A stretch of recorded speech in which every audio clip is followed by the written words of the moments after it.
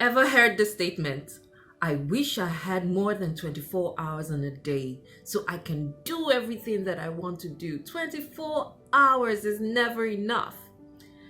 Is that you? Well, this video is for you. In this video, I'm going to tell you tips and tricks on how to use your 24 hours wisely.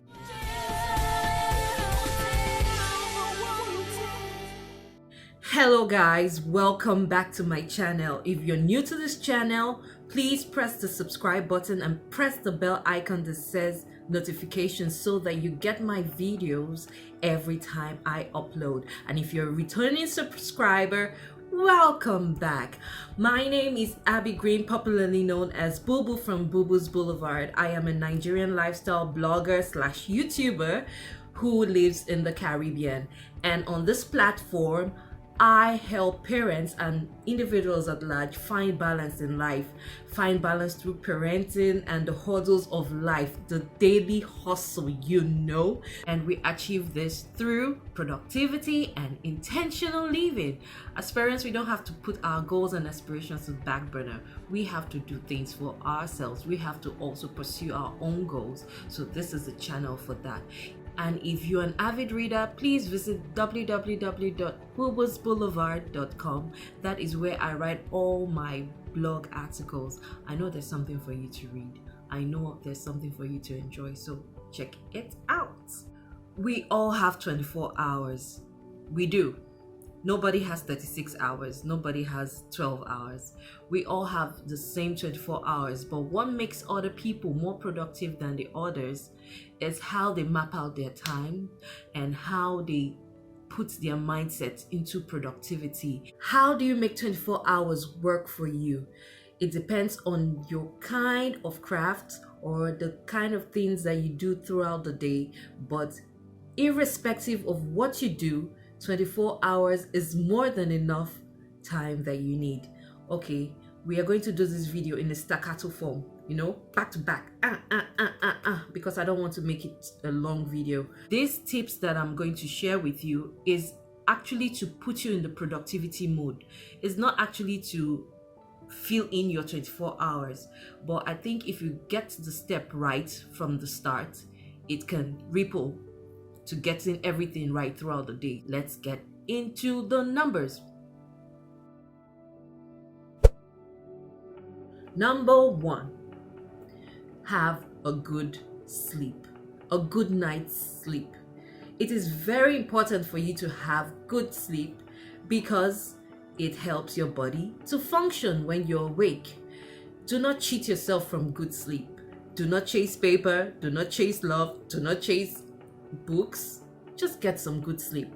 It's recommended for you to have sleep between 7 hours and 9 hours. So the sweet spot I recommend is 8 hours, and 8 hours is just totally fine. You have 8 hours, depending if you have kids, probably it might be less, but try to hit that 8 hours mark. You would thank me for it.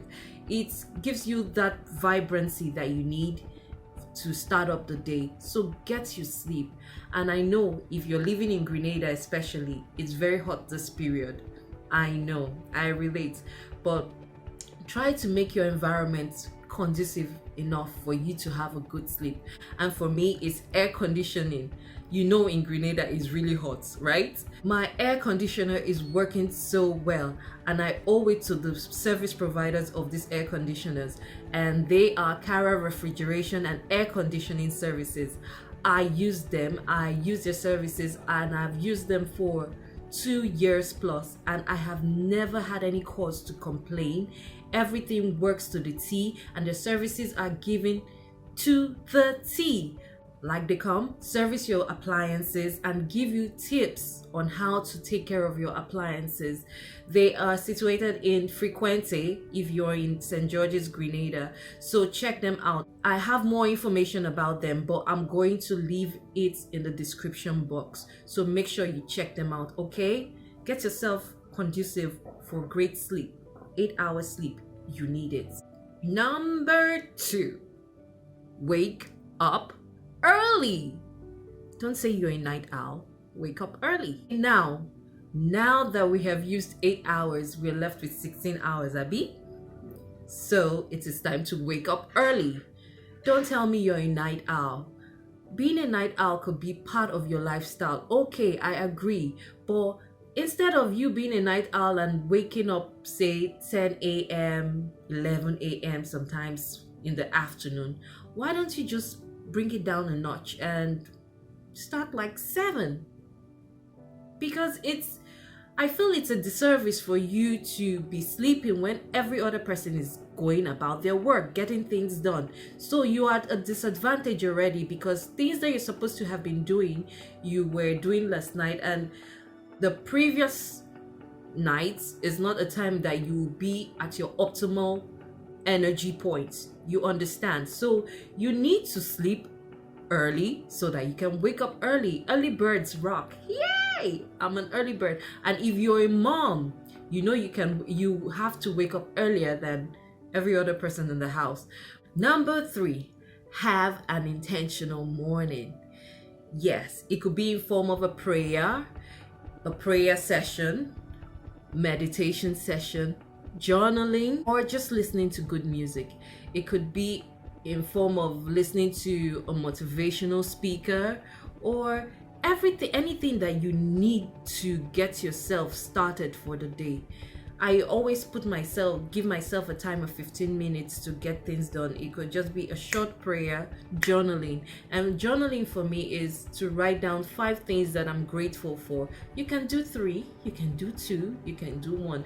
I do 5, some people do 10. I feel sometimes it can get very mundane and monotonous when you keep writing the same thing. I'm thankful for my husband, I'm thankful for my kids, I'm thankful for the roof over my head and all that.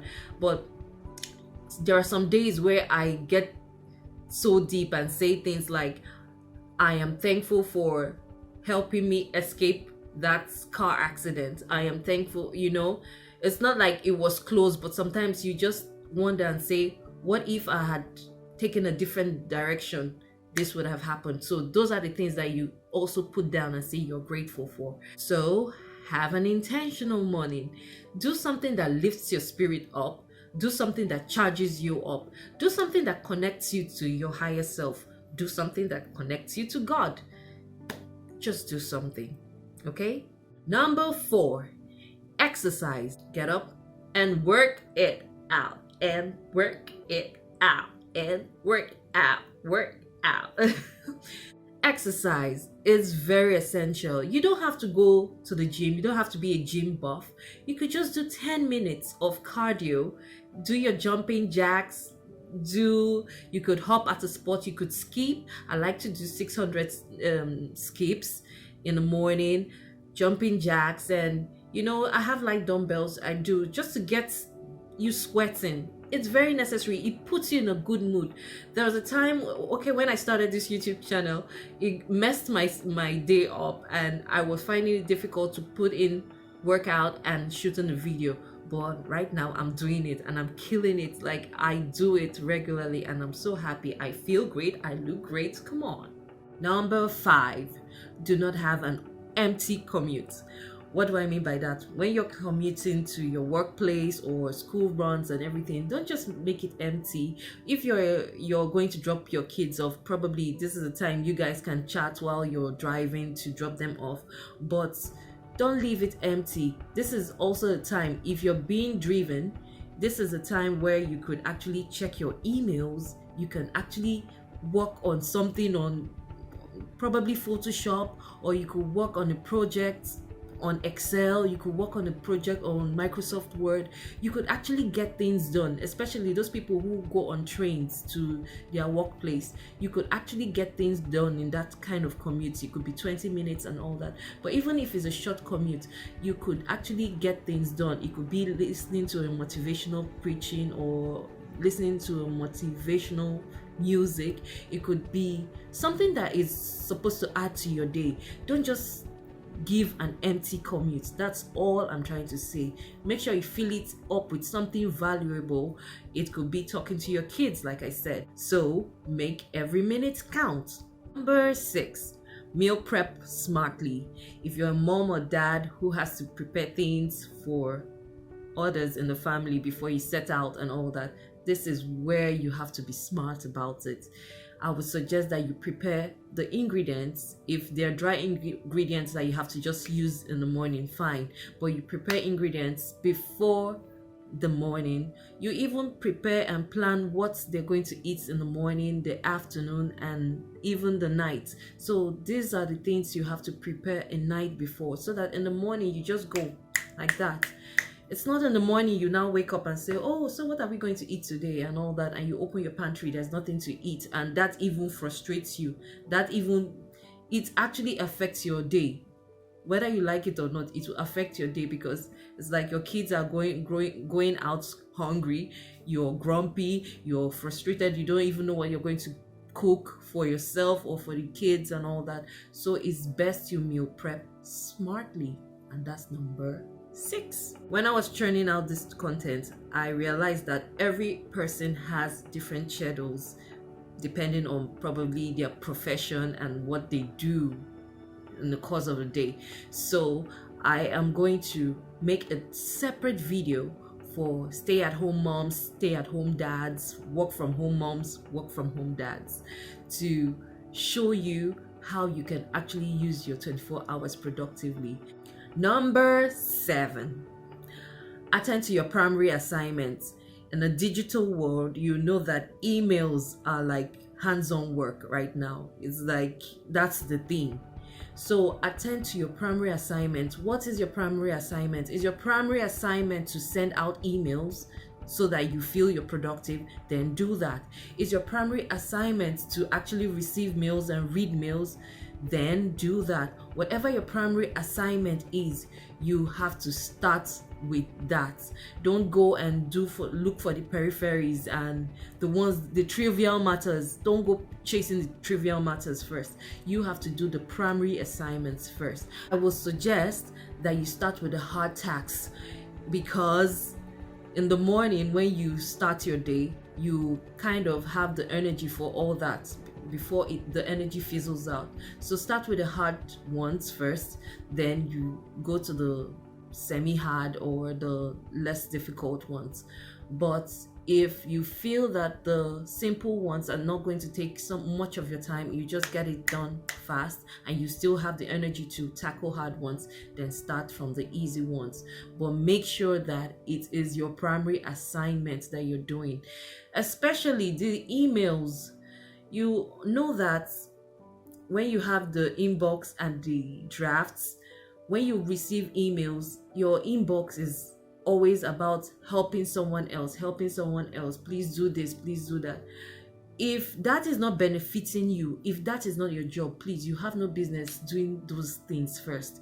You have to go to your draft, and if you think you have to send an email to a particular client or a counselor or an administrator or whoever you want to send your emails to, then you do that first before you start attending to other people's requests, which will come in form of emails in your inbox.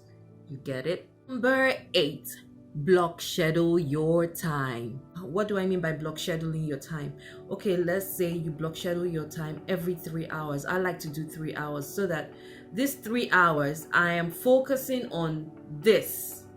I am not looking at any other thing. Any other thing outside it is a distraction. So you focus on this 3 hours. If it's to get work done, you focus on this on your work for this 3 hours.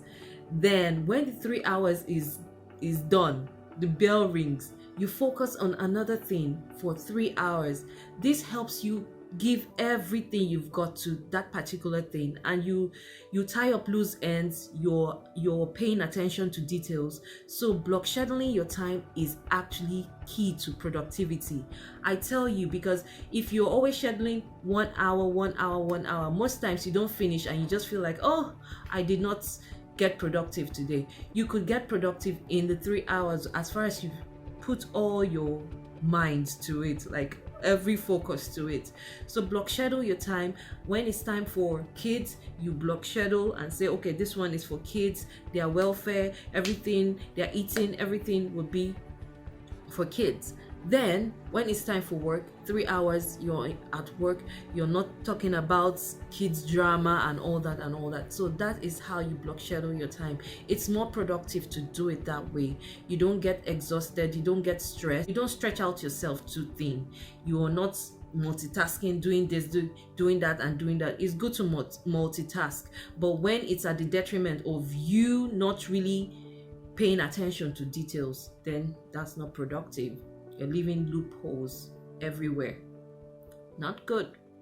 Not good.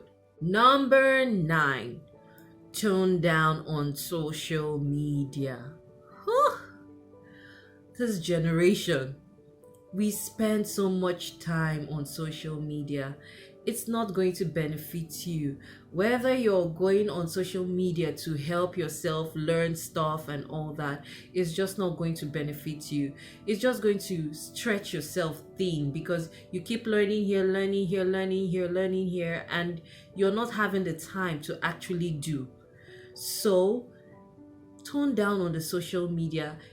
I would suggest that you choose one platform a day that you're active on. Let's say today you want to do Instagram for an hour and just do your thing, do whatever. If you're a content creator, you want to put things up, you do that. You want to engage with your audience, you do that. And probably follow other people and like and subscribe and do whatever you're supposed to do. But after that, close it, tell it bye-bye, and do something productive with your life. The next day you could try, okay, you're on Facebook, you want to leave some content there, and that is how you do it. You cannot spend time on social media and scroll and scroll and scroll. And the worst part is you trying to do that first thing in the morning. It's just going to ruin your day. Do not try that, and don't even try that last thing before you go to bed. Try to be mindful of those times, first thing in the morning and last thing at night, because those are the times where you create, those are the times where you set goals. So tone down on the social media, okay? Reduce it. Even if Instagram is gone today, your life will still continue. So why are you killing yourself on IG? Posing like this, posing like this, posing like this, posing like this. Why? Number 10. Take advantage of your Sundays. The very, very religious people will say, oh, Sunday, church, then fellowship, then this, then that. Okay, if that's what floats your boat, good. But Sundays for me, after church, you need to rest and strategize for the week. I do not like going for events on Sundays. Like, it takes me out, like it puts me off. I don't like it. I really don't. But because I have kids, sometimes they'll have birthday parties on Sundays and I have to go. But it takes a toll on me the next day. So I'm trying as much as possible to decline invitations when it's on Sundays. Don't tell them I told you. But that is it. Because for me to be productive the next week, like now I'm shooting this video on a Monday, I have to get my act and my thoughts together, and I can't be going for parties and blah blah blah on Sundays. So Sunday is a time for you to sit down, re-strategize. It could be physically, it could be mentally, it could be physically in the aspect of probably choosing all your clothes for the week and ironing them. You could clean up, you could do things that you needed to do throughout the week that you couldn't do, and just relax and cuddle and just, let's say, be lazy. Permission to be lazy. Watch Netflix and chill. Just rest. Rejuvenate for the next week. That's what Sundays are for. Take advantage of it. So I just shared with you 10 tips on how to use your 24 hours wisely.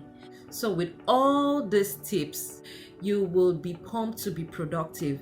Like I said, I'm not giving you like a schedule back to back on how you have to use up all your 24 hours. No, I'm giving you like a pump up, like a starter kit to kickstart your day and get productive, because it's going to ripple out throughout the rest of the day. As far as you set it right and you do the things that are supposed to be done, it is going to show throughout the rest of the day.